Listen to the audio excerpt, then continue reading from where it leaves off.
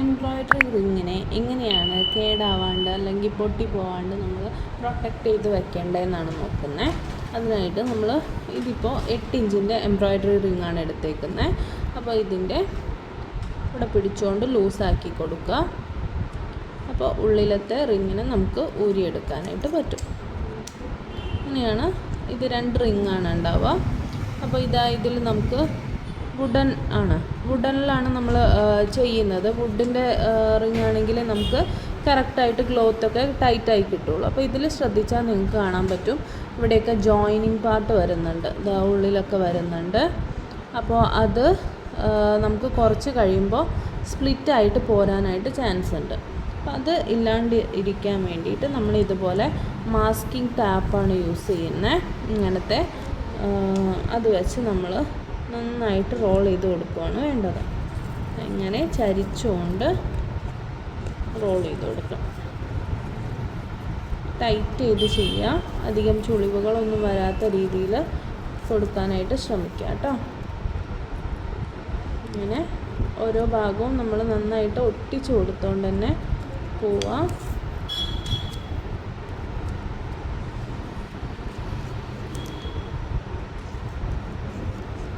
ചരിച്ച് ചെയ്ത് കൊടുക്കുക.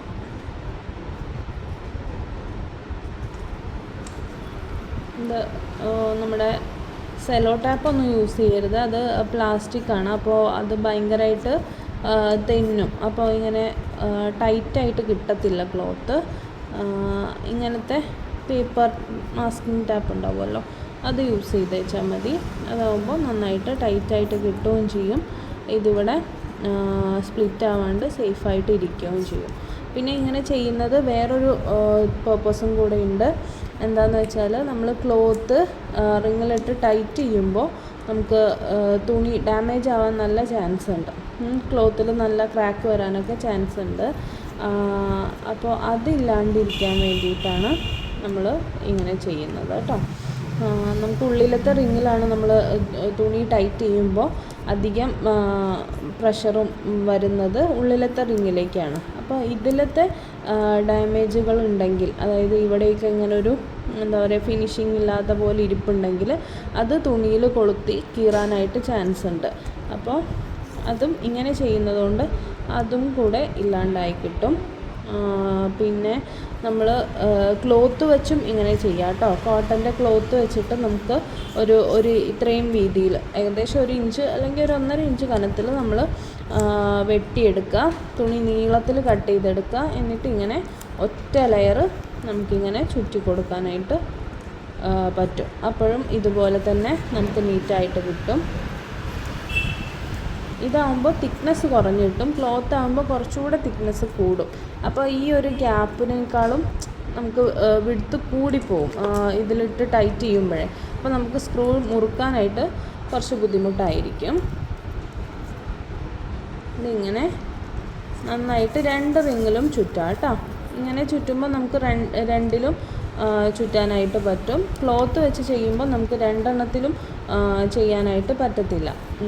അത് തിക്നെസ് കൂടുമ്പോൾ നമുക്ക് സ്ക്രൂവിൽ മുറുക്കാൻ പണിയായിരിക്കും. അതുകൊണ്ട് ക്ലോത്തിൽ ചുറ്റുമ്പോൾ ഉള്ളിലത്തേൽ മാത്രം ചുറ്റുക. ഇങ്ങനെയാണെങ്കിൽ 2ലും ചുറ്റി കൊടുക്കുക കേട്ടോ.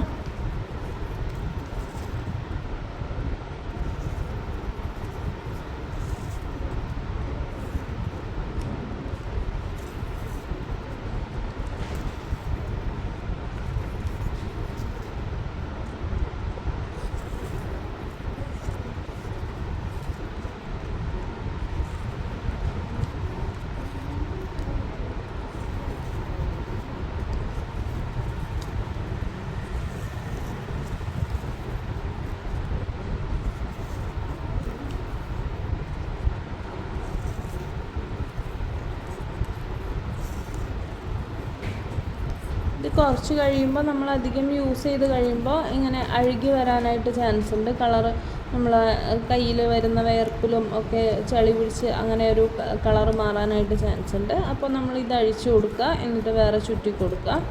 അല്ലാണ്ട് അതിൻ്റെ മേളിൽ ചുറ്റരുത് കേട്ടോ. മേളിൽ ചുറ്റുമ്പോൾ വീണ്ടും തിക്നെസ് കൂടും. അപ്പോൾ അത് വീണ്ടും നമുക്ക് സ്ക്രൂ ടൈറ്റ് ചെയ്യാനായിട്ട് ബുദ്ധിമുട്ടായിരിക്കും. അതുകൊണ്ട് അങ്ങനെ ചെയ്യാനായിട്ട് ശ്രദ്ധിക്കുക കേട്ടോ.